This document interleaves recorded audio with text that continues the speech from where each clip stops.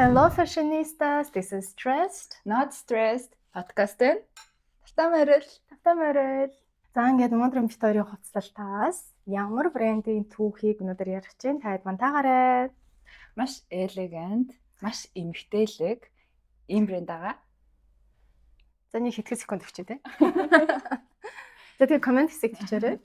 За хоёулаа хамтдаа брэндээ танилцуулъя. Энэ бол Dior. Dior дуртай юу? Би Dior-т дуртай. Ер нь аль түүхэндээ ч дуртай. Гэхдээ яг бол миний стилийн брэнд гэж бол биш. Чи Dior дуртай юу? Би Dior гэхэлэр илүү одоо нэг ээж мэж нэг тиймэрхүү юм санагдаад байдیں۔ Нэг жоохон mature те нэг тийм яг юм эмгтээлэг, тийм классик эмгтэй хүний тохирсон брэнд юм болов уу гэж боддог. Гэхдээ зарим нөгөө нэг илүү юм шинэлэг шийдлүүд цүнх мөнхнөөс таалагддаг. Яг хувцсны хувьд гэвэл бас яг одоо айгу үнэтэй штэ. Тэгэхээр бас яг тийм их үнэтэй, бас яг тийм хувц авах гэхлээр би өсөж чадахгүй. Гэхдээ бас тийм их мөнгөтэй байсан ч бол авахгүй байх гэж боддог. Гэхдээ бол энэ брендийн би түүх, соёл яг одоо нөгөө хүмүүст өгж байгаа энэ legacy маш их дуртай. Тэгээд бас миний ингээд түүхийг судлах дуртай нэг юмруудын нэг. Тийм. За би хөдөлгөөр энэ юм шуршээд байна уу? Шүтгнээд байна уу? Тэгжэл авах. За би одоо хөдөлгөхгүй хас юм би сайн. Тийм байна. За окей. Sacrifice. За би чад жоох ингээд хөдөлгөхгүй болох. Энэ эпизод би хөдөлгөхгүй. Ингээд нөгөө барн жакет байгаа юм шиг ингээд суучаа. За окей. Тэгэхээр хамгийн түрүүнд ингээд Christian Dior гэдэг хүний хүүхэд нас ямар байсан. Тэгээд яагаад юу юм загварын ертөнцид орох байсан талаар ярилцъя. За тэгэхээр манай хүн маань 1905 онд Францын Granville гэдэг одоо газар мэндэлсэн билээ. Тэгээд ерөнхийдөө бол айгуу тийм баян айлд төрсөн. Аав ээж нь аав нь болон түүний өвөө нь худалдаачид байсан. Одоо бизнесмен гэх юм уу да. Америкаас юм зөөдөг, зардаг, тэгээд үйлдвэрлэдэг, савмаа үйлдвэрлэдэг тийм юм айгу мундаг айлд, баян айлд төрсөн. Жоохноос бол ямар ч юм гачигдах юм байгаагүй. Харин зингэс яг нэг нөгөө нэг алтан халбахта төрлөө гэдэг шүү дээ. Ямар ч юм санаа зовхгүй яг хүснээ хийх боломжтой байсан гэр бүл гэж байна. Тийм. За тэгээд Christian Dior-ийн хувьд болохоор хоёр дахь хүү болж мэндэлсэн. За тэгээд мэдээж ингээ аав нь бол түүнээс маш их хэмиг хүсэж исэн.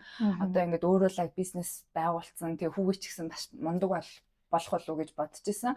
Тэгтэл манай Christian Dior их одоо тийм ичимхий, дуугу тийм хүүхэд байсан билээ. Жоохноосоо. Тэгээ ээжтэйгээ маш ойрхон. Ээж нь болохоор цэцэрлэгт одоо нөгөө цэцэрлэгт цэцэг тарих маш их дуртай. Том байшныхаа гадаа ингээд цэцэрлэгтэй. Тэгэл ингээд өдөржин тэн дээр цэцгээ услаал ингээд модод тариалж идэг. Тэгээд баян эмэгтэй ч чөлөө цагаа хэрхэн өнгөрөө. Тэгээд ингээд хүн тэрийг айгу хардаг. Тэгээд ээжтэйгээ маш ойрхон байсан. Тэгээд тэр одоо бөө цэцэгний дунд ингээд бага насаа өнгөрөөсөн болохоор түүний ерөн цаашдын стил тий зан чанар бас тийм айгу эмгтээлэг болсон тийм байлээ. За тэгээ бас нэг юм нь тэрээр сайн тодорхой биш л дээ. Тэгтээ бас ижил хүстэн байж магадгүй гэж ярьдсан байлээ. Wow, new information. Yes. Тэгээд ингээд арын мөнгөөсөө түүх юм сайн судалдаг болохоор би бол ингээд general юм гэж шүү дээ. Иймэрхүү юм сууд би бас та яд шиг wow гэдэг ч байгаа. За энэ нь болохоор яг одоо тодорхой биш. Тэгтээ бас ингээд сонирхдаг залуучууд байсан гэдэг ингээд найзуудынхаа тийм бичсэн зүйлс байдаг. За тэгээд Christian маань том болоод аавынхаа шахалтаар бол юуны сургуульд орсон нөгөө нэг хууль улс төр судлалын одоо тийм айгу мундаг Францын сургуульд орсон. За тэгсэн чинь тэндээ бол мэдээж ингээд ерөөсөө сонирхолгүй одоо ерөөхдөө муу дун авдаг. Тэгээд багш нарын ч гэсэн энэ хүүхэд ингээд энэ маш дургүй байна гэд. Тэгээд аавтайгаа сүулт ингээд ярилцаад аав нь хүлээн зөвшөөрсөн түүний амьдралын одоо цаашдаа хийх одоо алхмын те чи одоо ийм улс төрөөр миний хүссэн замаар явахгүй хүүхэд юм байна. Чи ингээ өөрийнхөө дуртай замаар яваа. Тэгтээ хартаа аав нь штэ тийм ингэжсэн. одоо харахад амар тийм инээдтэй гэх юм уу аав нэгтэйсэн чи дараа нь юу ч хийсэн манай Dior-ын гэр бүлийн нэрийг бити оруулаарай гэжсэн. Бүр ингээд чи бол ингээд бүтэхгүй гэсэн шиг тийм. Чи Том ахтай нь бол амар юутэй байсан шүү дээ. Аавтайгаа илүү ойртой байсан. Том ах нар чинь нэг юм гэр бүл авч явах юм үүрэгтэй дээ гэсэн чинь манайхыг болохоор зүгээр чи бити Dior-ын нэрийг юм оруулцгаа. Тийм манайх одоо юм лаг бизнесмэнээ тийм гэр бүлтэй тийгүүд. Тийм гэр бүлийн хувьд бол маш одоо ичих зүйл. Тэгээ урлаг уран сайхан руу орно. Бараг одоо тэдний хувьд урлаг уран сайхан гэдэг нь алиалагч гэдэгтэй бараг адилхан. Тэгээд тэр үе чинь бас дээр үе шүү дээ. Одооных шиг юм фэшн нэм лаг байдаг гэдгийг мэддэггүй байсан. За тэгэнгүүт Dior маань эхлээд гэрийнхээ хажууд юм галерей нээсэн байна. За тэр нь болохоор одоо галерей гэж байгаа боловч одооны бидний хэллэгээр бол нэг юм кул хүмүүс цуглардаг тийм ингээл нэг фэшны юм лаглаг хүмүүс хоорондоо цугларч юм ярьдаг. Тэгээд ингээд бусад хүмүүсийн хийсэн урлагийн бүтээлүүдийг хардаг тиймэрхүү газар одоо байгуулсан. Тэгээд тэрэн дээрээ гол нь маш олон өөртөө цаашид хэрэг болох хүмүүстэй танилцсан. Одоо Salvador Dali гэл ингээд тийм тэгээд тэр үеийн бүхэл одоо лаг загварын сэтгүүлүүдийн захирлууд тэгээд одооныхоор бол ингээд айгүй тийм кул лаглаг хүмүүстэй загварын тийм ертөнцийн тийм хүмүүсийг өөрийнхөө ингээд эргэн тойронд цуглуулж чадсан. За тэгээд тэрний дараа дайм болоод 2 дугаар дайм. Тийм 2 дугаар дайм болоод за тэр үед бол мэдээж галерейга хаахаар болсон. За тэгээд тэр үед бас аавынх нь бизнес дампуурсан. Бидний гэр бүл ингээд айгүй сайхан амьдралтай баян тансаг байсан бол бүр нөгөө гоё байшингаа зараад мөнгөгүй болоод ерөөхдөө юм ядуурсан гэсэн үг. За тэр үед болохоор нөгөө нэг Dior маань ингээд лаглаг хүмүүстэй найзлцсан байгаа шүү дээ. Тэр найзууд нь тэрийг ингээд фэшнд дуртай гэдгийг мэдээд тэр үеийн Францын мундаг одоо фэшн дизайнер хувц хийдэг хүний дэлгүүрт ажилд орсон. Тийм. Тэгэл ерөөхдөө тэрнээс тэр үеэс хойш бол өөрийнх нь яг одоо загварын юу хийсэн гэх юм уу та зам хийсэн гэж ярьсан мөлий. За тэгээд ерөөхдөө ингэж явж байгаад дайн тусаад дайн тусны дараа Dior нэг аюу чухал хүнтэй танилцсан. Тэр нь болохоор бид нар өмнөх юун дээр подкастн дээр ярьсан байж магадгүй Пусак гэдэг Францын аюу мундаг тийм бизнесмен хүн байгаа. За тэр хүн яадаг байсан бэ гэхэлэр юм загварын брэндүүдэд одоо компаниудад хөрөнгө оруулдаг хүн байсан. За тэгээ тэр хүнтэй танилцаад тэгсэн чинь нөгөө нэг хүнд маань болохоор складанд нөгөө нэг агуулгахт айгүй их даавуу байсан мөлий. Тэгээд надаа ийм их даавуу байгаа. Би одоо энийг одоо ямар нэгэн юмд хөрөнгө оруулаад тэ ийм брэндэд оруулах сонирхолтой байна гэсэн Dior окей би бас ингээд өөрийнхөө брендийг нэх дуртай байгаа. Тэгээд хоёулаа хамтарч ажиллагээд ерөөхдөө нөр Пусак маань Dior-т хөрөнгө оруулаад тэгээ Christian Dior гэдэг анхныхаа одоо өөрийнхөө дэлгүүрийг нээсэн. Ингэж одоо Dior гэдэг брэнд үүссэн юм байна. Заастаа товч өгөөд бас хайхаар ярьж байна. Нөө өмнө нь тэр Gucci гэсэн чинь Gucci дээр бол ингээд амар их драма байгаа шүү дээ. Тэгсэн чинь энд бол ингээд амар товч тодорхой их тийм олон байхгүй. Тэгээд нүуний төрний хэлснээр хөрөнгө оруулж исэн одоо тэр хүмүүс Пусак тий. Дээр үед бол даавуу гэдэг бол амар юм үнэтэй хэрэглээнүүдийн нэг гэсэн одоо үнэт зүйлсүүдийн баг нэг гэсэн гэж бодож байна. Тэгээд юм олон одоо яг синтетик материалууд үйлдвэрлэгдэж эхлээгүй үед чинь яг юм натурал тий байгалийн тэр даавнууд бол байгалийн гаралтай даавнууд маш үнэтэй байдаг гэсэн болохоор зүгээр нэг складанд нь бас ихтэй тах чинь маш их одоо мөнгө ер нь бол урсж байна. Тэгэхээр тэр үе бас юм ухаалаг хөрөнгө оруулалт хийхийг бас хүссэн гэж ер нь аль ирдэг гэлээ. За тэгээ бас нэг юм нэмж хэлэхэд дайны үед одоо даавууг хий дэмий юм зарцуулахгүй. Өмнө нь ингээд эмэгтэйчүүдийн хувцанд одоо юпгэнд нь маш их даавуу ордог байсан бол тэрийг бүр хасаад хэрэг бүгдээрээ санах юм бол ингээд эмэгтэйчүүдийн хувцас дайны үеэр ингээд маш богинохон юм юпг тэ ингээд нарийнхан юпг маш даавуу бага ордог. За тэгээд бас нэг онцлог юм нь болохоор юм том мөртөө байсан. Том мөртөө тэгээд юм даавуу юм нэг нарийнхан юпгтэйсэн. За тэгээд ер нь ингээд ингэдэж штэ нөгөө хувцлалт чинь тэр үеийнхаа ингээд уур амьсгалыг харуулдаг гэдэг штэ. Угаасаа хувц гэдэг чинь нөгөө нэг нийгмийн нэг хэсэг учраас дандаа нийгмийн одоо өөрчлөлттэй хамт явж байдаг. Тий. За тэгэнгүүт яг тэр 2 дугаар дайны үеэр эмэгтэйчүүд айгүйх тийм ачаа үрүүлсэн. Тэгээд ерөнхийдөө нь яваад өгсөн. Дайнд үргэлжсэн болсон тий. Тэгээд нөгөө нөхрийгөө байхгүй одоо хүүхдүүдэд харна, ээж аавыг харна, мөнгө олно. Тэгээд ингээд айгу хэцүү байдлыг даван туулах хэрэгтэй байсан. Тэгээд яг тэр үед ингээд эмэгтэйчүүдийг одоо хувцаар зоригжуулах тулд юм уу ингээд ийм том мөрүүд ингээд илүү ийм эрэгтэйлэг ийм фасонууд гарч ирсэн ярьд юм билээ. Тийм үед Dior маань ерөөхдөө өөрийнхөө дэлгүүрийг нээсэн байна. За тэгээд цаашаа яг загварын илүү нарийн юмнуудыг ярих юм бол 1947 оны 2 сард Dior-ийн маань анхны коллекц танилцуулагдсан байгаа. За тэгээд тэр коллекцэн хамгийн одоо эхний коллекц хамгийн чухал коллекц түүнээс хойш одоо яригдах Dior-ийн түүх бол энэ эхний коллекцаас үргэлж инспирэшн авч идэг. Ер нь ингээд брэнд болгоны цаашдаа битэрч гэсэн яриад явангууд брэнд болгоны ДНК, DNA гэж одоо англиар ярьж байгаа. Энэ болохоор одоо энэ тэр брендийг бусад брэндээс ялгагдах нэг тэр зүйл нь байдаг. Тэгээд ихэнхдээ энэ маань силуэт байдаг. Силуэт гэдэг маань ерөнхий загвар гэсэн үг тийм. За ингээд Dior-ийн загварыг одоо бид нар жишээлбэл Balenciaga-гийн загвараас за эсвэл Chanel-ийн загвараас гэх мэтчлэн ингээд ялгах боломжтой нэг онцлог зүйл нь болохоор эмэгтэйчүүдэд эмэгтэйлэг байдлыг эргүүлж авчирсан буюу тайлаараа нарийнхан за тэгээд юм өргөн юбхтэй тийм одоо силуэт гаргаж ирсэн. За тэр нь болохоор ерөөхдөө new look гэдэг нэртэй юм одоо силуэт байгаа. За тэгээд new look гэдэг стил бол тэр дөрөө одоо 47 оноос хойш 50 оны бүх одоо ингээд 10 жилийг тодорхойлсон тийм том одоо шинэлэг зүйл асан. Одоо л бид нар нөгөө эмэгтэйлэгтэй силуэт ингээд тасчаад байгаа болохоор тэр үед чинь тэр маш шинэлэг зүйл байсан. Яг бөөр түүхийг аваад үзэх юм бол 1900 он эхлэхээс өмнө тий 20 дугаар зууны эхлэхээс өмнө бол эмэгтэйчүүд бол юм өргөн юбктэй тайлбар корсет бол өмсдөг байсан шүү дээ тий. Гэхдээ тэр бол нөгөө нэг 5 дахь гоо хувцас бид нар илүү одоо ийм 20 дугаар зуунд илүү шинэлэг баймаар байна гэдэг ингээд ер нь бол 20 дугаар зууны силуэтүүдийг ярих юм бол одоо 20 он 30 он 40 он гэдэг ингээд он болгон өөрийн гэсэн онцлог ийм шин загварууд гарч ирдэг байсан. Тэгээд тэр оныг одоо 50 оныг 60 оноос шууд ялгах боломжтой. 10 жилийн зөрүүтэй өмчлөө тий. Одоо ингээл нөгөө нэг 50-аад оны гэрээ эцэгтэй гэхэлэр яг нэг ингээ бид нарт тийм бууж ирдэ штэ. Ийм юбктэй тий. Тэгээд ингээд үсээ ингээд орооцсон тэгээд тэргээр юбктэй дээгүүрээ бариудууд тиймэрхүү пижакан тий топтой эсвэл даашинцнууд ч гэсэндээ дээрээсээ ийм нарийнхан бариу сэлвэттэй жоо доошоо өргөсөж өгдөг. Яг тэрийг бол одоо яг энэ анхныхаа загвар үзүүлэлтээр тэр Dior гаргаж ирсэн. За тэгээд яг тэр нь болохоор бас аягүй сонирхолтой юм байна. Анх ингээд өөрийнхөө шоуг хийхдээ ер нь тэр үед чи юм байсан юм байна. Одоо ингээд нэг хувцас штэ тий. Тэгэнгүүт одоо яадаг вэ гэхэлээ брэндүүд ингээд нэг хувцсыг гаргаад тэгээд загварын шоу болоод тэгээд шууд хүмүүс зураг аваад сошиал медиа дээр тавиал тэгээд сэтгүүл дээр тавиал тэгээд шууд борлуулалт эхэлдэг штэ. Тэр үед яадаг байсан бэ гэхэлээ зөвхөн одоо нэг хувь хийдэг гэсэн тэр хувцсыг нь. За тэгэнгүүт одоо зөвхөн аранжин захиалсан болохоор аранжинд хийж өгнө. Тийм. Тэгээд одоо энэ хувцснаас нэг гин ширхэг гарсан. Тэгээд дотор нь ингээд чинь нэрийг бичдэг гэсэн. Аранжингийнх гэж бичдэг.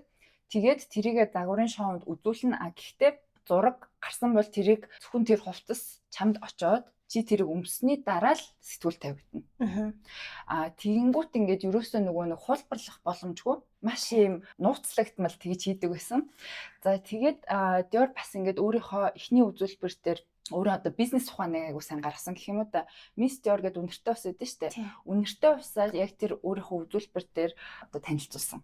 За тэгээд тийшээ оронгууд ингээд бүх хүн одоо тэр үнэртэй дунд ингээд ороод тэгээд тэр үеийн модельүүдийн нөгөө нэг memory-ны сонсоход бол надад ажиллахад маш хэцүү байсан. Яг тэгвэл бүр айгүй тийм тэр үнэртэй усны айгүй тийм хурц үнэртэй.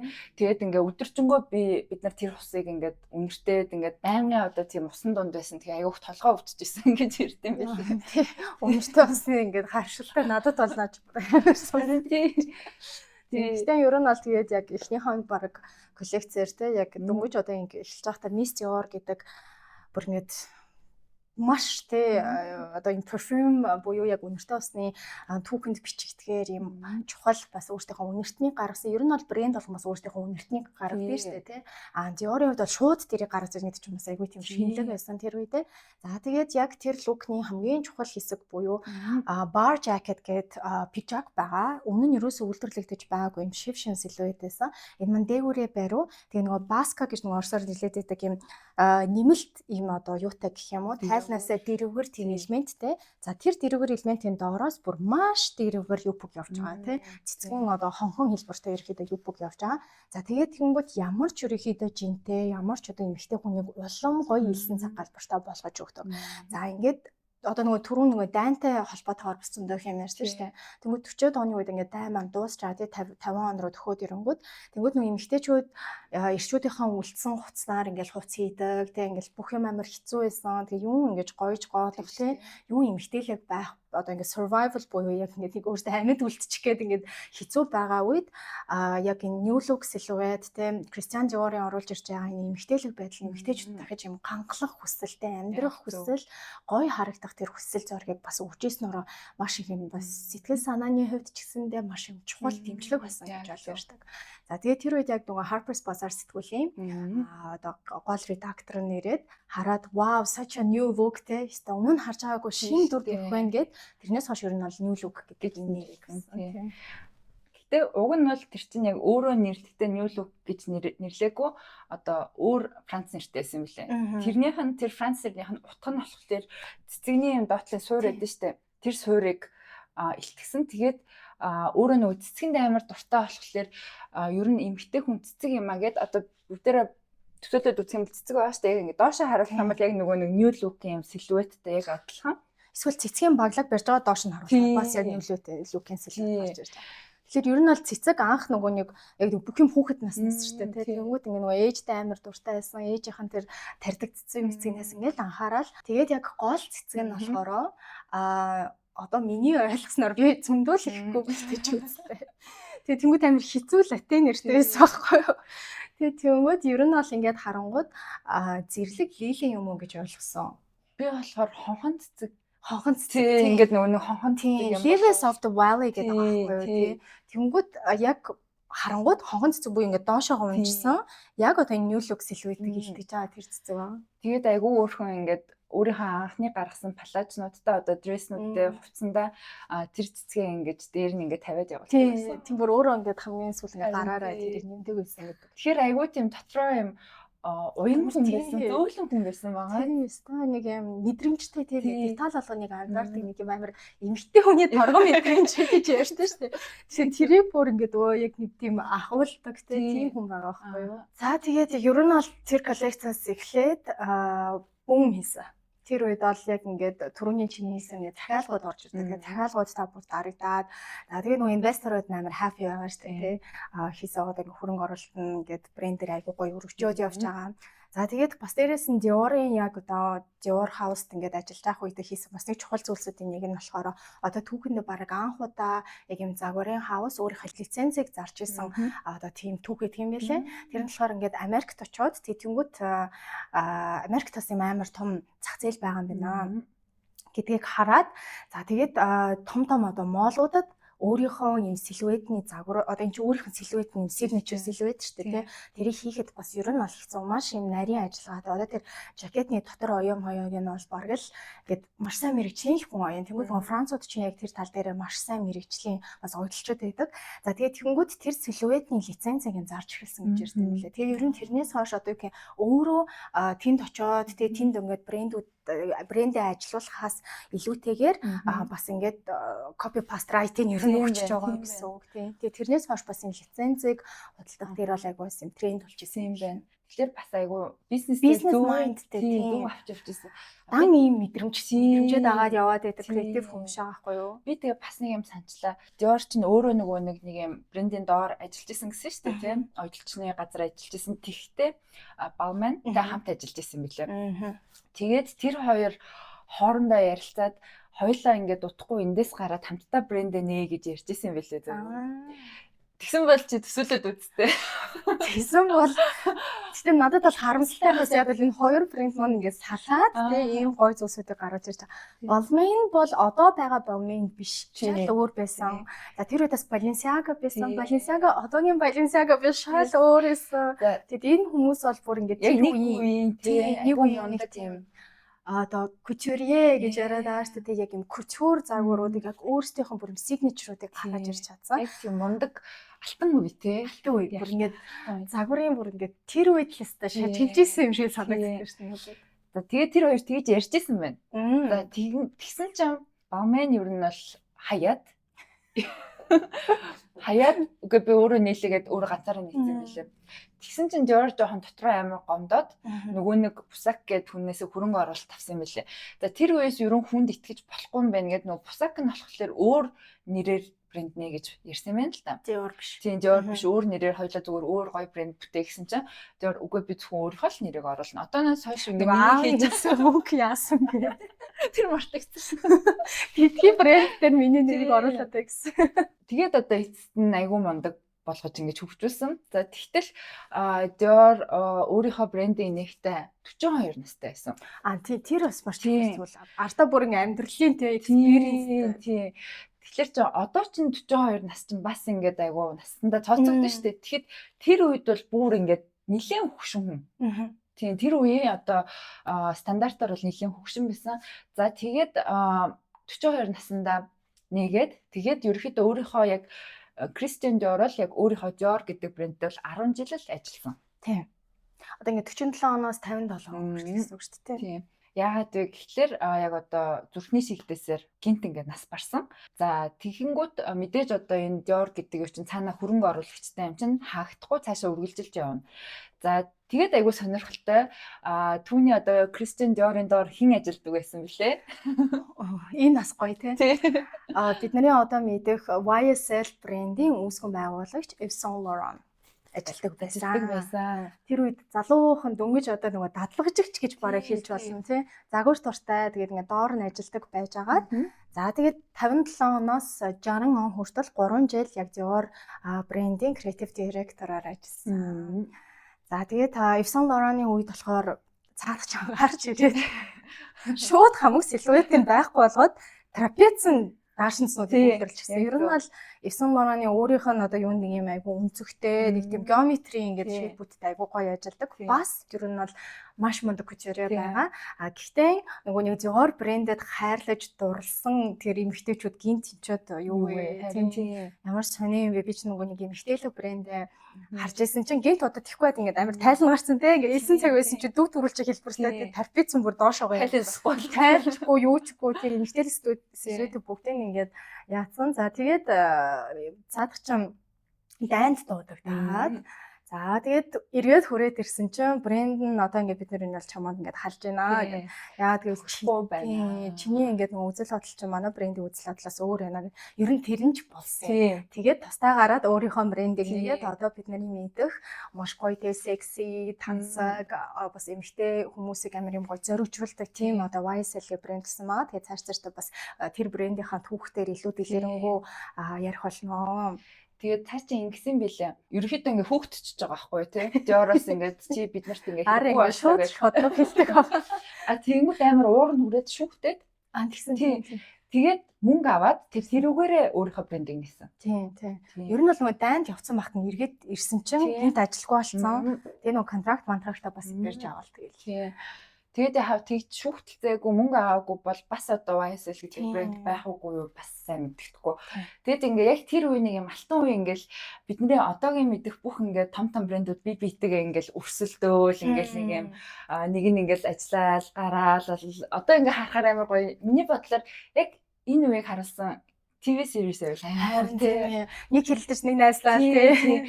Нэг одоо нөгөө брендинг дизайнер дээр биш. Ингээ бүх брэндүүдийн одоо тэр үеийн одоо фэшн ингээд үеийг харуулсан байв. Харин тийм ээ. Тэр шиг нөгөө фэшн дуртай хүмүүс олоор ингээ тэр шиг нөгөө үзэх харин тийм. За тэгээд дээрэс нь бас нөгөө өмнөх дугаар дээр Gucci дээр амар их mystical тийм ингээл амар юм сонирхолтой юм хүмүүстэй уулзаал тэднэрээс ингээд зөвлөгөө мөлгөө авдаг гэсэн гэж ярьжсэн шүү дээ. Тэнгүүд Dior-ын хувьд ч гэсэндээ айгүй бас нөгөө юм юун дээр очдог байсан. Одоо үзмэрч гэх юм уу тийм үзмэрчдэр очдог байсан. Тэгээд баг багт нь хүртэл ингээд нэг үзмэрч ингэж хэлжсэн гэсэн. Ингээд чи бүр ингээд өөгүй ядуу болоод за тэгээд эмэгтэй хүмүүсийн тусламжтайгаар чи бүр маш их баян болох гэж хэлжсэн.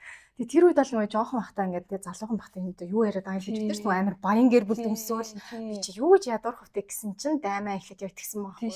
Тэгээд дараа нь яг эмэгтэйчүүдийн тусламжтайгаар баян болно гэсэн чи бүр яг тэгсэн. Тэгээд ерөн заадах чи айгүй их тэгж юунээр очдог гэсэн. Коллекц болгоныхоо өмнө л бараг очиод за одоо энэ коллекц маань яах чинь гэж асуудаг байсан гэж хэлдэг лээ. Тэгээд яг тэрнээсээ үүдэлтэйгээр одоо ингээд Dior-ын брендинг гэдэг ингээд од Тийм од тэгээ ордууд тэрийг тийм юмнууд орж ирдэг. Одоо бид нар бүгдээр ингээ харах юм бол яг хайрцагын дээр нь далаа од байдаг шүү дээ.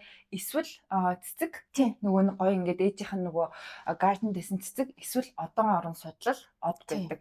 Тэгээд ингээд хэрвээ та одоо Dior брэндээс худалдаа авалт хийжсэн бол одоо косметикээс нь хамаагүй худалдаа авалт хийжсэн бол гоё цагаан утан тэгээд энэ од ингээд зүүж өгдөг. Тийм. Тэгдэг. Тэгээ тэр од нь бүр маш сонирхолтой түүхтэй. Зад чинь нөгөө нэг Пусакта уулзах гад ингээд явж байгаа үед замзан яг юм од таарсан гэдэг. Би бас тийм нэг юм юу одоо тэр хичнээн үнэ юм би мэдэхгүй. Гэхдээ яг нэг амар судалдаг хүмүүс бол гэсэн. Тэгээ тэнгүүтээ нөгөө нэг this is a sign from the stars гэж бодсон гэж өөрөөр яг ингээд оддоос тэ тэнгэрийн дэлхийгээс надад өгч байгаа юм одоо чиглэл юм байна гэж бодоод тэгэд тэр юундаа ингээд би яг зөв замаараа явж байна гэж бодож ирсэн гэдэг. Sorry энэ дээр нэг мэрэгчлийн юм нэмэхэд одоо ингээд ямар ч брэндэд яг одоо энэ шиг юм storytelling амар хэрэгтэй байдаг. Одоо ингээд зүгээр нэг од шүү дээ. Надад ингээд явж исэн тааралцсан од тий. Тэгээд энийг ингээд яг ингээд хүмүүс ярилцаал тэгсэн билээ ингэсэн билээ гэд яг одоо хэрвээ та амар гэж хэрвээ та брэнд хөгжүүлэх гэж байгаа тий. Одоо хувь хүний брэндээ хөгжүүлэх гэж байгаа бол иймэрхүү одоо storytelling-ийн элементүүдийг заавал оруулах хэрэгтэй. Тэгээд энийг одоо юм том брэндүүдээс аягүй сайн хараарай. Тийм тэд нар ингээд зүгээр юм хийдгүү цаана дандаа нэг юм утга санаа түүх байж байгаа. Харин заавал. Гэхдээ тэр одыг гэхдээ ингээ одоо дөнгөд маш олон янзаар ингээ брэнд ашиглаж болох байхгүй тий. Одоо нөгөө нэг төөрөлдсөн үедээ замыг маань зааж өгч од ч гэдэг юм уу тий ингээд нөгөө тэнгэрт ганц гялалцдаг одоо хойд төлөлийн од гэдэг ч юм уу тий ингээд олон талаар бас ингээд одоо Dior маань тэгж бодсон учраас энэ брендийн идея байгаамаа гэж хэлж болох байхгүй тий гэх мэтчлэн би бол одоо нөгөө фантазлал байна л да. Гэхдээ бас тэгээд яг үүнтэй бас шалтгаантайгаар нэг уялдаатай зүйл ингээд 52 наснда зад чинь зүрхний шигтээс талаар нас орж байгаа шүү дээ. Өмнө нь бас 2 удаа зүрхний шигтээс босон гэсэн. Гэхдээ нөгөө тэрийг хэлэхгүй. Тэгээд 10 жил маш ингээд шагуу тэг хүчтэй ингээд ажилласан. За тэгэж явж байгаа цаадах чинь Итали руу ингээд амралтаараа тэг вакейшн аваад явсан чинь тэрнээс өмнө үзмэртэл хэлсэн гинэ чи битгий яваа нэг л юм болох гээд байна битгий яв гэсэн чинь тэр бараг анх удаа хэлсэн үгийн сонсоогүй би амралтанд л явчаад ирэх гэж гэсэн чинь яг тийм болчихсон. Тэгээд бас энэ нас нөгөө нэг юм тий үхэлтэй нь холбоотой бас нэг жоохон мистикл юмнууд орж ирээд байгаа байхгүй. Наадхан дээр чинь бас нэг юм нэмж хэлэхэд ховж ив заяа. Яг үнэн үгүйг нь мэдгүй. Гэтэ ховж ив яасан бэ гэхлээр ижил хүстэн байсан гэсэн шүү дээ тий. Магадгүй. Тийм магадгүй ховж ив. Тэгэнгүүт ингээд нэг залуу дурлаад. Тэгээд тэрэндээ гоё харагдтанд бол амар их дайет бариад. Тэгээ өөрөө яах нь хөшөрцөн байгаа шүү дээ. Одоо бас ингээд 50 хүрсэн. Тэр үеийн одоо стандарт бол нэлээд хөшөрцөн. Тэгэд айгүй их тийм нөгөө дэглэм бариад тэгээ тэр нь бас ингээд яг өөрийнх нь зүрхэнд муу нөлөөлсөн гэж ховж байт юм билээ. Yes. Харин тийм ингээд интернетээс юм уншаад харьяан зэрэг юм зөндөө байт юм аа. Харин тийм хүмүүс ч яг хажууд нь байсан юм шиг л тээ ингээд тэгсэн ингээд. Тэгээ яг тэр нөгөө тухайн үед найзалж исэн найзууд нь аюух бичиж тэмдэглэж үлдээсэн нэг тиймэрхүү юм аль тийм юм л байт юм бэл. За тэгэхээр энэхүү ингээ алтан үед дизайнерууд, брэндүүд, фэшн хаусууд хоорондоо өрсөлддөг байсан. За тэгээд хоорондоо бас юм ховж ивтэй тийм сонирхолтой үе байдаг байсан. Яа тэгэл тэр үед ч бүгдээрээ нэгэн цаг үед амьд байсан. Chanel байна, Balenciaga байна, Balmain байна, YSL байна, Dior. За тэгээ сүүл нөө Schiaparelli гэдэг. Эднэртэй ингээ бүгдээрээ хоорондоо биенийхээ дизайнуудыг хараад ингээл тэр тийм юм байна. Би илүү одоо би энэс илүү загвар гаргадаг гэх мэтчил юм өрсөлдөөн байдаг гэсэн юм. Жишээлбэл хамгийн одоо сонирхолтой Chanel байгаа шүү дээ тийм. Chanel чи яасан бэ гэхэлэр эмэгтэйчүүдийг ерөн корсетоос чөлөөсөн шүү дээ. Тэгсэн. Тэ. Айгүй юм эмэгтэй хүн ингээд заавал юм корсетгүй элегант байж болно гэдэг одоо тийм шийдлийг гаргаж ирсэн. Тэгтэл Dior яасан бэ гэхэлэр буцаад корсетонд оруулсан. Тэгсэн. Одоо new look нэлээ ингээд эмэгтэй хүний тайл гаргасан, барьсан юм. Тэгээд тэр палажууд нь ерөнхийдөө 3-4 кг байдаг. Амар хүнд. Тэгээ нөгөө нэг юм тэр энэ үзэл бодлын ингээд шал өөр ялгаа байгаа шүү дээ тий. Chanel маань ингээд өөртөө тухтай эвтэйхэн эмэгтэй хүн ингээд гоё хүчтэй өөрөөр байх хэрэгтэй гэсэн чинь Dior болохоор ингээд хөдөлж чадахгүй юм жакетууд оруулаад цэцэн зүг болгоо тэгээ ингээд баг машин чинь сууж чаддгүй байсан гэсэн. Тэр хувцастай яг ингээд статус шиг болсон тий. Тийм байсан. За тэгээд бас нэг дизайнер болохоор Cristobal Balenciaga тий Dior бол Balenciaga маш хүндэлдэг байсан. Яагаад гэвэл Balenciaga бол тэднийхээ дундаас хамгийн мундаг одоо оёдлын техникч хүн. Оёдл нь ингээ маш гоё. Тэгээд Dior болохоор бидний дундаас хамгийн мундаг нь бол Balenciaga гэж ярьдаг байсан мөлий. Ер нь бол Balenciaga бол бүр агуу хүмүүсийн тий Balenciaga-гийн эпизод дээр ярина. Тий. За тэгээ мэдээж одоо Balmain байна. Муудалцаад салсан тий. Би эндээ дургу ингээ холоос хардаг. За тэгээ Givenchy байна. Бас ингээ Givenchy тэр хоёр бас ингээ нөгөө эмгтээчүүдийн эмгтээлэг байдалд ингээ дуртай. Ерөнхийдөө одоо нэг урсгал руу юм мөртлөө арай өөрөөр орсон хоёр мундаг дизайнерыг ингээ хамтдаа оршин тогтнодог байсан байна. Тэгээ энэ үе бол надад бол маш сонирхолтой санагддаг. Одоо энэ дизайнерууд энэ мундаг агуу одоо уран бүтээлчд бинтэйгээ ингэж өрсөлдөөгүй байсан бол бас гоё юм гарахгүй байсан байж магадгүй тийм. Тэр нь өрсөлдөөнөөс илүү гоё юм шинэлэг юм гарч ирсэн. Тэгээд ингээд яг тэр үед ингээд тухайн цаг үед яг одоогийн бидний дуртай энэ том брэндүүдийн үүсгэн байгуулагч нар яг ингээд бинтэйгээ өрсөлдөжсэн гэхэл надад бүр амар гоё санагдаад байна. Тийм ээ. Тэд нь ингээд хамт цуглаас ингээд төсөөлөхөө би бүр ёо тэр өрөөнд оруулаа. Бүрээстэй чи юу өмсөх вэ? Тэгэхгүй шууд орсноо гэд. Амар тийм юу санагдчих амар гоё тэгээ дараанаас ингээд яг тийм фэшн сервис гэсэн бол тэрнээс л үнэхээр гоё харагдах байсан баг. За тэгээ энэ хэсэг бол өрсөлдөлтөй байсан юм байна тийм энэ үед. За тэгээд түрүүн нөгөө нэг түүхийг ингээд хараад үзсэн бол манай ингээд насарсан байгаа шүү дээ тийм. За тэгээд тэрний араас Yves Saint Laurent creative director болоод за тэгээд ерөөхдөө бол нэг тийм тааламжгүй харилцаатай болоод бас брендээс гарсан. За тэгээд 60 он эхэлж байгаа. За 60 он гэдэг маань 50 оноос бүр ингэ шал өөр он байгаа. Яг силуэтний хувьд гэх юм бол 50 он бол ингэ дан тайл гарсан дэрвэр өвхтэй эмгтээлэг тиймэрхүү одоо дизайнууд байсан бол 60 оноос эхлээд нэг дүрлжин силуэт гэж ер нь бол хэлж болно. Мини юбгнууд орж ирсэн. Эмгтээчүүд маань илүү өөртөө ихтэй болсон. Тэгээд гадуур ингэ одоо хүртэл ингээм интернетээр сонирхолтой бичлэгүүд өгдөг шүү дээ. Ингээ нөгөө зургнуудтай анх одоо мини юбг өмсөд хүмүүсийн бодмоор харсан чинь ингээ хүмүүс юу гэдэг тийм одоо революшнууд явагдаж эхэлсэн. Тэгээд 60-аад оноос ерөөхдөө ингээ залуучууд айгүй их загварын ертөнцид дуу хоолойтой болж эхэлсэн. Өмнө нь бол ингээ дандаа мөнгөтэй тий өөртөө яг энэ одоо жишээлбэл Dior-ын загварыг захиалаад авах боломжтой тийм хүмүүст ингэж зориулж фэшн байдаг байсан бол 60 оноос эхлээд ерөөхдөө революшн эхлээд залуу хүмүүс ч гэсэндээ ингээд бид нар ингээд дуу хоолойтой болж эхэлж байна гэсэн учраас тэднэрт бас юм тохируулах загварууд гарч ирсэн. За тэгээд YSL-с хойш одоо брендэд бараг 30 жил ажилласан Marc Bohan гэдэг маш бас юм чухал creative designer орж ирсэн. За тэгээд яг Dior-ын бүр ингээд тийм шоу шиг нэг тийм гой тий загваруудыг ин арай тайвшруулад за тэгээд Dior нь болохоор юм үнэтэй давуу тий эмэгтэй хүнийг ингээд амар гоё юм цэцэг шиг байлгахыг хүсдэг байсан бол маркийн хувьд гэх юм бол арай ингээд өдөр тутамдаа тохирохоор загваруудыг гаргахж ирэхийг хичээснээрээ бас онцлог байгаа. За тэгээд тэр яг нөгөө new look silhouette-ийг ин арай зөөлөд тийм бариу биш, тийм дэрвэр биш үйл ялыг ингээд тайвшруулад өгсөн. За тэгээд баагаар бас нөгөө нэг төсөөлөгдөхгүй байгаа шүү дээ тий одоо ингээд Dior-ын урт дэрвэр юбгийг шууд мини юбг болгоно гэхээ шүү дээ амар тий зэмгүүдийн тэр чинь амар том ингээд өөрчлөлт гэсэн чинь бас ингээд багаар хүмүүст дасгасаар байгаа бас мини юбгийг оруулж ирээд ер нь бол цаг үеэ бас маш сайн мэдэрдэг тэгсэн мөртлөө бас айгүй даруй хүн байсан гэж ярьж тийм л нэх их одоо ингээд хүмүүст ингээ ярилцлага ч өгөөд байдгүй өөрөө шоунууд дээр нөх их бас хүмүүсийн анхаарлыг татахыг хүсдэггүй. Тийм ер нь бол ингээ мартах юм хийгээл явж идэг нэг тийм мундаг тэгсэн мөрчлэн амьдралтай хүмүүс байдаг шүү дээ. Миний одоо төсөөлөөрөө тийм хүн байсан бол гэж би бодоод байгаа. Чи нөгөө нэг Mrs. Maple Goes to Paris гэдэг кино үзсэн үү? Тийм. Тэрэн дээр яг одоо энэ үеийн Dior-ын тэр нөгөө юу гаргахтай шүү дээ. Нэг юм Английн нэг агуу ядуу тийм эмхтэй ганц мөрөөдөл ингээ Dior-ын палаж авах. Тэгээд Парис яваад бүх мөнгөө цуглуулад одоо нөгөө нөхрийн насаараад засгийн газраас мөнгө өгөөд тэгэнгүүт тэр мөнгөний аваад Парист очиод ганцхан палаж аваад тэгээд тэр өөрөө амар гоё кино. Тий. Яг тэр кинон дээр яг энэ үеийн Dior-ыг ер нь бол харагдуулдаг. Тий. Тэг ер нь бол кино урлаг бас ингээ 50-аад онд бүр ингээ бас бүүм хийжсэн шүү дээ. Тэр үед ингээ амар олон мундаг эмэгтэйчүүд тий actresses байдаг байсан. Тэгээд тэд нар бас маш ихээр Dior-ын загварууд бол өмсөгддөг гэсэн тий. Тэгээд одоо жишээлбэл одоо Dior-ын мүүс тий одоо бүр нөгөө Marlene Dietrich. Тийм, Marlene Dietrich тэгээд Dior-гүйгээр Marlene Dietrich байхгүй гэж хэлдэг. Тэгээд кинонууд дээр яг тэр кинонд зориулаад Dior-ын даашинцнуудыг өмсдөг. Тэгээд өөрөө тэднэрээ дараа нь авах гэрээтэй.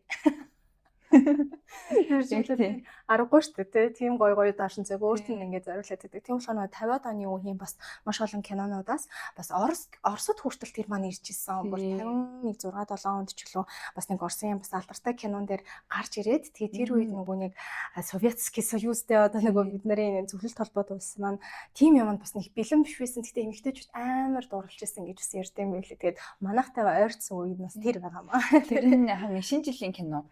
Тийм нэг шинэ жилээр яг гол дүр нь ингээд юм бэрүүгэр юм өмсөөл. Тий. Одоо тийм шинэсэн маахгүй. Одоо бид нар бол тийм юуп хараад нэг их тий ангаахгүй шүү дээ. Тэр үед бол вау гэдэг эмэгтэйчүүд бол эмэгтэйч тэрний их дуртай тайлбар юм лээс л та. За тэгээд Марк Бохан маань ерөөхдөө 30 жилийн хугацааг өнгөрүүлээд тэрний араас Gianfranco Ferré гэдэг бас маш чухал ажлуудыг хийж өгсөн. Бараг нэг 10-аад жил байсан уу? Брэндтэй байсан юм дизайнер орж ирсэн байгаа. За тэгээд тэр үед болсон бидний маш сайн мэдэх нэг чухал зүйл нь юу вэ гэхээр Eat bag-ыг бас гаргаж ирсэн. Lady Dior bag шүү дээ тий. Тэр цүнхийг үйлдвэрлээд тэгээд тэгсэн чинь бас нэг найз нь Princess Diana буюу тий одоо Диана гүнжид тэр цүнхийг дийлгэлээд тэгээд манай Диана гүнж маань маш их тэр цүнхийг гадуур авч явдаг болоод тэгээд артаас нь ер нь Lady Dior гэдэг нэр маань яг одоо Диана гүнжид зориулсан юм нэр байгаа. За тэгээд яг Eat bag-ны одоо брендийн маань бүр ингээд signature bag-наас ихээс учраас Gianfranco Ferré бол маш одоо юм чухал ажлыг хийсэн. Одоос маань өөр ингэсэн брэндтэй. Одоо нас орсон баха. Гэтэ өөр ингэсэн Ferré гэдэг брэндтэй байхгүй. Тэгээд тэр брэнд маань бас айгуу ер нь бол Европт алдартай. Тийм брэндээ бас дараа нь өөрийнхөө брэнд рүү ер нь бол илүү их анхаарал явуулсан. За тэгээд ер нь бол би нөгөө дизайнеруудаа ярьдаг болохоор. За дараагийн дизайнер нь болохоор John Galliano тий. Миний хамгийн ихтэй. Харин тийм ээ. Ер нь бол Dior-ын бидний бас нөгөө нүдэн дээр бид нөгөө санаж харж болохоор байгаа үе байгаа аахгүй. Тэгэхээр sorry. John Galliano хийн авчирсан бэ гэхлээр нөгөө Бусак гэдэг газар маань ингээд одоо Dior гэдэг брендийг ингээ авсан хөрөнгө оруулалтан байгаа шүү дээ. За тэр үед бас ингээд юм хөрөнгө оруулалтын дайм болоод одооний бидний мэдих LVMH. Oh yes. Энэ групп маань Dior-ыг одоо эзлэн түрэмгийлж авсан. Тэгээ энэний талаар яг хоёулаа дараа нь LVMH-ийн талаар юм яриад хөө тэр бүр амар сонирхолтой. Одоо Louis Vuitton маяг Hennessy гэдэг одоо нэрүүдийг оруулсан ийм групп дотроо болохоор одоо бол маш их брэндүүд байдаг. Тийм бараг л бидний мэдих бүх том брэнд. Гэхдээ хамгийн ихнийх нь брэндүүдийн нэг бол Dior байсан байхгүй. Тэгээ Dior-ын төлөө бол үнэхээр одоо тийм тулаан болсон тийм. Тэгээд Dior-ын брендийг Dior гэж брендийг авсны дараа шинэ одоо салхи оруулахаар John Galliano гэдэг одоо чиний сая хэлсэн дизайнерыг тавьсан байна. За Galliano бол шоу үзүүлдэг хүн. Ер нь бол одоо өмнөх дизайнерууд маань яг одоо брэндүүдийн ДНХ-г аваад те яг нөгөө хүмүүстэй ингээд зориулсан хүчнүүдийг үйлдвэрлэдэг гэсэн бол Galliano бол тэгэхээр орж ирэл Dior-ыг бүр юм фэнтези болгосон те яг юм төсөөллийн мөрөөдлийн тийм одоо шоунуудыг хийдэг гэсэн. Ер нь бол Galliano өөрийн юм экстраваганс тэг ингээд яг нэг юм бусдаас юм содон гайд бараг тийм сонирхолтой нэг юм төсөөлөлт баймаар тийм зүйлсүүдийг бүтээдэг дизайнер гэдгээр алдартай. Ер нь тиймэрхүү хүмүүсийг жоохон галзуу байдаг шүү дээ тий. Бас тийм ч учраас дараа нь брэндээс бас халагдсан байгаа. Брэндээс хөөгдсөн. Тэр нь болохоор бас өөрийнх нь тийм зан характерээр ер нь холбоотой алдаануудыг гаргадаг байсан учраас жоохон эвгүй хэлж ярьдаг. Тий одоо ингээд сошиал нормуудад одоо жишээлбэл ингээд хин нэгэн чамайг доромжлоод байвал муухай шүү дээ. Тэнгүүд өөрөө болохоор яг тэр үзэл бодлоо ингээд жоохон ууж муучаа хэлцдэг ч юм уу. Тэрнээс л нөгөө брендийн нэр хүндэд бас муугаар нөлөөлөх зүйлсүүдийг хийсэн учраас бас брэндээс уух гэснээс энэ бол зүгээр ус шүү битээ. Зүгээр ус ууж байгаа шүү. Уух гэснээс тэр нэг вау өөр бас юм холбоотой түүх байгаа юм гэсэн. Энэ тэгээд ингээд зүгээр амар гоё юм класс болохоор ингээд хийгээд тавьцсан. Тийм битээр ингээд шүү битээр уугаагүй. Гэт хэлчихье гэж утсан юм аа. За окей. За Galliano болохоор бас нэг чухал авчирсан зүйл нь болохоор saddle bag байна шүү дээ тийм. Yes. Тэрийг оруулж ирсэн байгаа. Тэгэхээр бас брендийн маань signature question. Do you like it? Би ер нь Dior-ын цүнхнүүдэд нэг амар дуртай биш юм уу? Би ингээд saddle bag-ийн талаар хаяа боддог байхгүй юу? Яг just like тийм одоо ингээд бодоод яг interesting тий. Гэхдээ I don't know ингээд мэдгүй нэг юм авмаарч юм шиг авмааргүй ч юм шиг Нэг тийм сонин ерөөсөө хизээч би шийдэж чаддгүй. Тэгээд яхаа ингээд яг нэг юм хөрөнгө оруулалт тэгээд нэг гой цүнх авмаар санагддээ шүү дээ. Тэгээд бас би тэр цүнхээ бусдтай адилхан биш байгаасаа гэж хүсдэг байхгүй юу. Яг л ингээл нөгөө бусдтай яг адилхан юм зүгээр хар цүнх ч юм уу тий. Одоо яг юм брэндүүдийн signature цүнх биш жоохон юм сонирхолтой байлгамаар байдаг. Тэнгүүт яг сайдл байг ч юм уу тиймэрхүү юм опшнууд байгаа. Тэнгүүт яг сайдл байг харахаар цаам мэдгүй. Би бас сайдл байг бол миний стил бол биш. Та нар энэ одоо дээр энэ зураг оруулалтын сайдл байг ер нь дуртай байна уу буюу комент хийчээрэй. Би юу гэж бодож байна. Бизнес илүү бараг ледэд явуулт илүү дуртай ч юм уу. Миний бодлоор илүү одоо классик тий. Тэгтээ сайдл байг бол яалтчгүй одоо ч гэсэндээ бүр ингээд трендүүдийг дагаал гаднах өнгө нь өөрчлөгдөө ч юм уу принт нь өөрчлөгдөө ингээ яваад идэг маш юм одоо алдартай байгуудын нэг байгаа. За тэгээ тэрний угаасаа гол одоо бүтээгчин Жон Галианагийн эра тэр нь бол байсан. За тэгээд ер нь бол нөгөө шоунууд нас явахгүй болтгосон. Шоунууд маш гоё гэдэг. Тэр нөгөө Dior чинь ер нь шоугаар айхөх алдартай штэ Dior маань яг юм цэцгийн хүрээлэн далхан те том гоё одоо юм байршлуудыг аваад өөрсдийнхөө яг тэр нөгөө нэг өнгө айсыг тодорхойлуулдаг те. За тэгээд тэрний араас Raf Simons орж ирсэн. Raf Simons болохоор юм амар innovative minimalism-аар алдартай. Ер нь бол Raf Simons бол надад маш их таалагддаг. Тэгээд бас нөгөө минимализмын үед айгүйх таарцсан. Одоо ингээд бид нар санхан бол нэг ойролцоогоор 10-аад оноос бараг нэг саяхныг 2000 он хүртэл минимализм гэдэг стил амар трендсэн шүү дээ тий. Тэгэнгүүт яг тэр үед нь маань бас Raf Simons Dior маань орж ирээд тэгээд илүү юм одоо тайван өдөртөө өмсөх боломжтой. Тэгсэн мөрчлөө бас энэ эмэгтэйчүүдийн тэр элегант байдлыг нь алдагдуулаагүй юм дизайнуудыг гаргаж ирсэн. За тэгээд ерөөхдөө нэг юм 3 жил ажиллаад за тэгээд одоо 15 оноос хойш Maria Grazia Curie гэдэг дизайнер маань ажиллаад анхны эмэгтэй дизайнер Dior-т ажиллаа. За тэгээд Maria Grazia Curie-гийн хувьд болохоор өөрөө айгүй юм феминист үзэл бодолтой хүн. За тэгээд тэнгууд брэнд маань өөрөө эмэгтэйлэг. Гэхдээ хаад нөгөө эмэгтэйлэг хувцснууд биеийн саад болох ч юм уу те эмэгтэй хүний нэг хитрхи баригдмал байх гээд байдаг. Бас өөрийнхоороо өөрчлөөд за тэгээд нөгөө we should all be feminist гэдэг тийшүүртээ гаргаж ирсэн. Тэр бодолтыг бол бид нар бүгд мэдж байгаа. За тэгээд феминизмын бас нөгөө нэг эратай бас таарсан. За тэгээд сая 25 он хүртэл байж агаад брэндээс гарсан байгаа. За хоёроос өмнөх нөгөө юун дээр ярьж байсан. Одоо ер нь бол дизайнерууд яг юм өөрчлөгддөг үе дээр ирж байгаа. Одоо 10 20 жил ажилласан дизайнерууд маань гараад явцдаг. За тэгээд нөгөө Мариагийн хувьд болохоор өмнө нь бас Valentino брэндд ажиллаж байсан. Маш удаан жил ажиллаж байсан учраас энэ fashion одоо хаусуудад ажиллах юм experienceтэй маш тийм мундаг бас миний бодлоор лаймер юм зөв зүйлсүүдийг яг зөв үед нь хийж чаддаг. Тэгээд юм хин одоо Galliano Milano шиг юм галзуу сонирхолтой юм хийхгүй мөртлөө эмэгтэйчүүд яг одоо юу хийсэй тань гэдгийг мэдэрдэг. Илүү одоо худалдан авалт ийм тийм commercial одоо ингээд Dior-ыг санах юм бол Dior бол нэг тийм амар тренди тийм амар ингээд вау гэмээр юмуд нэг их гаргаж ирдэг тийм шүү дээ. Гэхдээ яг өөрийнх нь клиентууд буюу хэрэглэгч нарт хэрэгтэй тийм зүйлсүүдийг тренд загваруудыг жоохон оруулаад ингээд яваад байгаа. Яг зөв. Тэгээ би бас нэг нэмэр байгаа юм Dior бас зөвхөн хувцас загвар гэдгээс илүү косметик руу амар сайн орсон. Миний харж байгаагаар бол яг энэ том fashion одоо брэндүүдийн косметик нь яг Dior л одоо хамгийн хүчтэй явж байгаа.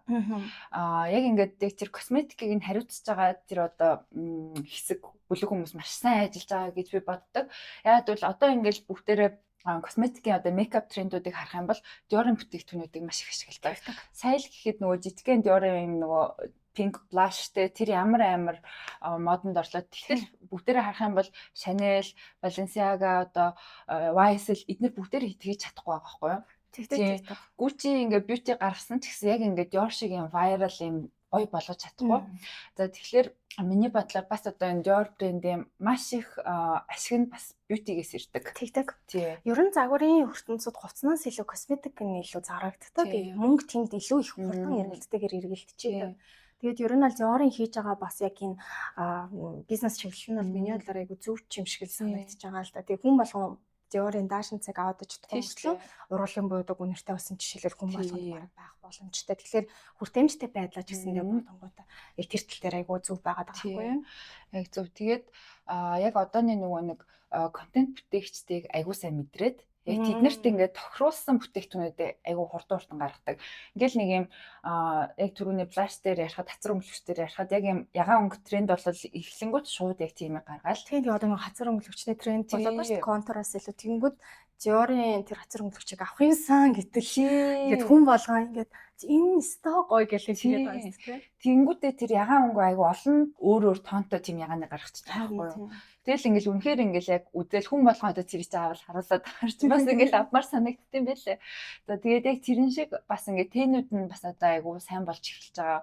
Өмнө ингээд бодох юм бол тэнүүд нь нэг хүмүүс сонирхдаггүй байсан бол одоо бас ингээд хацар өнгөлөгчнийхэн дараа тэнүүд рүү н орж эхэлж байгаа. За тэгээд уруудлын бодог нь бол улаан өнгө яг одоо Dior-ийн улаан өнгө гэдэг тийм патенттэй тийм улаан өнгө Dior-ийн Beauty байдаг. Тэр нь болохоор 999 үлээ тийм нэртэй яг тийм улаан өнгийн уруулын бодог гэдэг. За тэр бол ингээд яг одоо классик Dior-ийн уруулын бодог. Тэгээд тэрийг бас хүмүүс маш сайн мэддэг, тэрийг маш их борлуулдаг. За тэгээд перфюм буюу нөгөө үнэртэй усаа байнгын ингээд шинжилж гаргадаг. Бараг 10 жилдээ нэг удаа ингээд шинжилж гаргадаг. Шинэ одоо үнэртнүүд гаргадаг гэсэн үг. Үнэртгийн хувьд гэх юм бол Miss Dior шүү дээ. Би одоо ингэ сангууд манай ээжтэй төгс ахгүй. Би тэгээ Dior гэж юу ахаач бидэхгүй үед ч юм бараг ээжийнхаа нөгөө Miss Dior-ыг инста амар гоё өнгө төрөлтэй тийм нэг баанд ихтэй шүү дээ. Дээрээ инста гоё гэл амар дотроо айгүйх бодож ингээд нууц цаар төлдөг гэсэн юм байна. Тэгээ тэнгууд маа Dior-ыг яг Miss Dior гэдэг тэр нэр нь болохоор эмэгтэй дүүдээ зориулж ирсэн гэлээ. Дүүтэйгээ айгүй татнаас нөгөө мэдрэмж өндөртэй болохоор эмэгтэй хүмүүсийг маш сайн ойлгодог. Тийм болохоор бас тэр үнэртэй бас бол iconic тийм. За үнэртэй ус дээр нэмж хэлэхэд нэг амар iconic бас үнэртэй ус үүдэн шүү дээ. Charlize Theron тоглосон нөгөө нэг J'adore Dior. Ботл нь амар гоё, амар тийм эмгтээлэг тий. Одоо тийм бүр тэр бодлыг л харахаар яад бол нөгөө дээр үед шишээ яваа. Жоохон байхад дээр үед. Жоохон байхад нөгөө Charlize Theron-ы тоглолцсон нөгөө алхаад хувцас тайлаад байдаг. Нөгөө алтан таашинцтэй тэр рекламыг харах болгонд би зурагтны юм яг ингэж харцдаг гэсэн.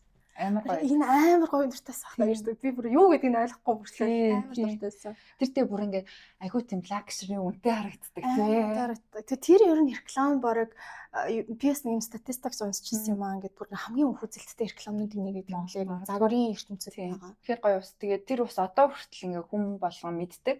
Тэгээ худалдаа авалт хийдэг тий. Тэгээд тэр чинь одоо тостой болоод ингээд айгүй олон тийм лайн юмтай болоод тэгээ саяхан л би одоо яг тэр усыг бэлгэнд авсан. Тэгэл бас айгүй гоё исэн. За тэгээд үнэртэй ус косметикаас гадна одоо чиний хувьд Dior брэндэд ямар тийм онцлог зүйлс гэдэг вэ? Одоо хүмүүст ингээ хилээд өгчмөртэй бас юм байдаг шүү гэдэг чинь.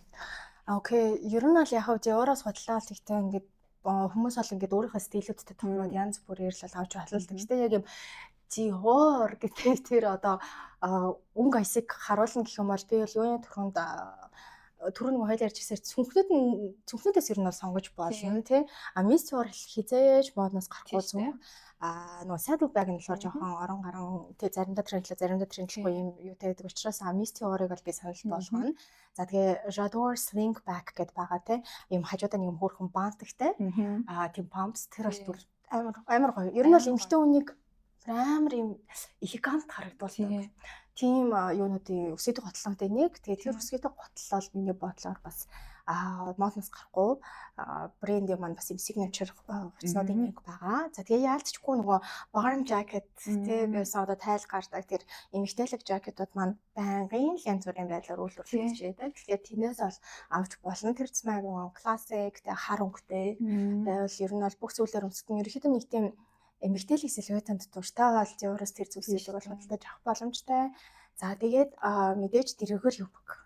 За дэрэгэр юбг манай хаягаар маш дэрэгэр болдог тийм цөөл мөөл ингээд нэмсэн. Яг нэг юм гормошкон тийм нэг юбгнүүд байдаг шүү дээ. Складтай гэдэг. Складтай тэр юбг бол бас брендийн манай signature look юм. Надад бас нөгөө юувын таалагддаг Dior-ын boots гэдэг шүү дээ. Нэг юм энэ тий тэр бас айгуу гоё таалагддаг. Тэгээ бас ер нь бол хүүхэн тийм манай яг уйлралд тохирохоор гүртгнүүдээс үйлдвэрлэдэг юм аа. Гүртгнүүд яг хэрээсэн принттэй яг өөрийнх нь signature принттэй. За тэднээс ер нь бол санал болгохоор анда за бусдаар чинь яг аксессуарууд бас байж болно тий нөгөө CD гэд бичсэн өөрийнх нь нөгөө signature логотой тий Christian Dior ихний хоёр эмэгнүүдийн бас айгуу харагддаг шүү дээ. Тэгэхээр ер нь бол тэр аксессуаруудаас байж болно. Гэхдээ миний хувьд бол одоо нөгөө хүмүүс айгуу хүмүүсэд байгаа болохоор хитрхи нөгөө нүдэнд одоо ингээд олон ингээд өмсгдөд тахлаар хүн жоохон залхчихдаг шүү дээ. Жоохон нэг тих гээд байгаа юм.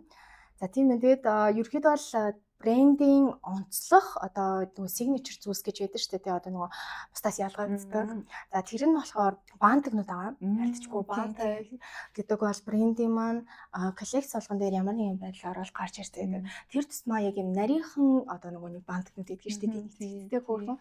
Тэгээд даашинцны уурталт, хойтолт, за эсвэл юм усны хавчаар маягаар ч гэдэг юм уу маш олон байдлаар бантагнууд бол ашиглагддаг. За тэгэхээр дээрэс нь гурвалсан бантаг бас өөрийнх нь signature-уудын нэг байдаг.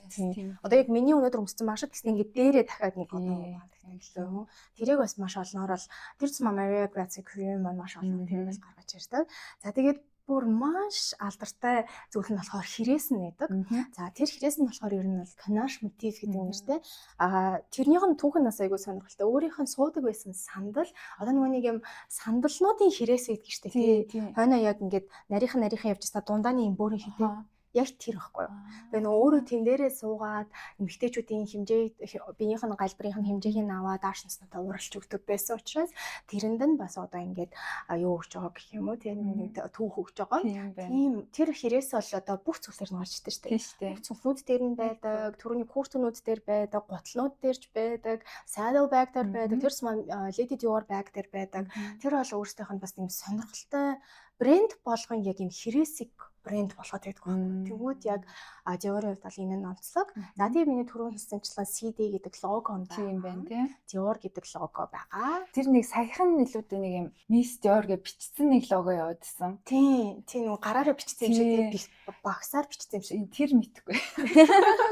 Тэр яг нэг шинжлэл хийх гээл янз бүрээр тэрийг бас нөгөө нэг гаргаж ирлээ гэж харин хэлээд байгаа. Тийм мэдхгүй. За тэгээд яалтчгүй Dior брэнд ба нөгөө цэцэгтэй маш их холбоотой учраас даашинцнууд нь бүр ингээд гараар уралсан тэр couture загварууд нь тэр тусмаа маш олон мянган цэцэгнүүдээр ингээд гоёдог, чиндэг тэгээд маш олон бас red carpet-ууд дээр тийм киноны нээлт мэлт одоо Холливуудын 110 хэмжээгээр харагддаг тийм даашинцнуудын нэг байгаа. Тэгээд нэг тийм даашин тавцсан ахт бол ер нь бол насаараа л эсвэл тааштай хүүхдтэй өгөөд хүүхдтэй өгөөд тийм одоо тийм түүхүүдэд тест манай эмээгээс өвлөж ирсэн Dior-ын одоо даашинц ч гэдэг юм уу те bar jacket ч гэдэг юм уу тэгээд тэрийгээ дараа нь ингээд амар үнэтэй зарч мардаг тийм ер нь бол яг байнга өмсгдөд байхгүй ч гэсэн тийм цэцэг одоо тийм цэцгэн маш тийм элеганс харагдсан гэсэн тохиом cute хөөрхөн тийм одоо signature-оор бол Dior-ыг таних боломжтой.